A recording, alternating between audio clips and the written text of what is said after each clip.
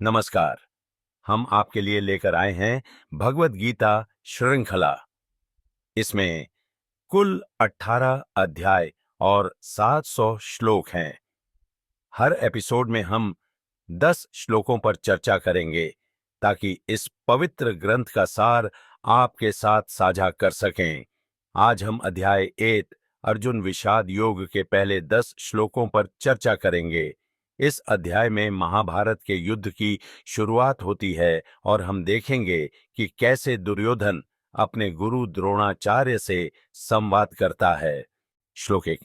धृतराष्ट्र ने संजय से पूछा, कुरुक्षेत्र के पवित्र मैदान में जहां मेरे और पांडु के पुत्र युद्ध के लिए इकट्ठे हुए हैं, वहां क्या हो रहा है? श्लोक 2।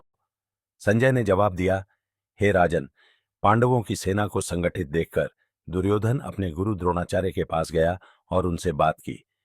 श्लोक 3। दुर्योधन ने कहा, आचार्य जी देखिए, पांडवों की यह विशाल सेना जिसे आपके ही शिष्य द्रुपद के पुत्र धृष्टद्युम्न ने बहुत समझदारी से संगठित किया है। श्लोक 4। इस सेना में भीम और अर्जुन जैसे महान योद्धा हैं। इनके साथ युयुत्सु, विराट और महारथी द्रुपद भी हैं। श्लोक 5। यहाँ धृष्टकेतु, चेकितान, काशी के राजा पुरुजित, कुंती भोज और शैब्य जैसे महान योद्धा भी शामिल हैं। श्लोक 6। इसके अलावा युधामन्यु, विक्रांत, उत्तमौजा, अभिमन्यु और द्रौपदी के पुत्र भी इस सेना का हिस्सा हैं। श्लोक 7। अब हमारे पक्ष के विशिष्ट योद्धाओं को भी जान लीजिए आचार्य जी, मैं आपको उनके बारे में बताता हूं। श्लोक 8। हमारी सेना में भीष्म पितामह, कर्ण, सदा विजय कृपाचार्य, अश्वत्थामा, विकर्ण और सोमदत्त जैसे महान योद्धा हैं।